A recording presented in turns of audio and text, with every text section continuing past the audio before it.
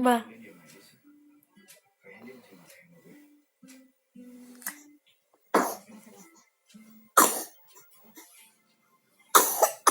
Masalah aku tadi karena aku kamu habis dipukulin sama orang.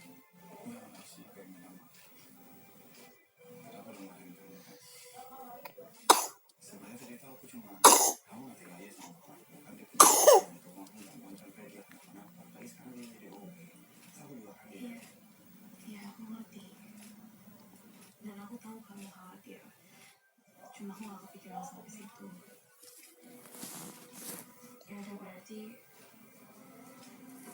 kita udah sama-sama ngerti. Beneran makanya please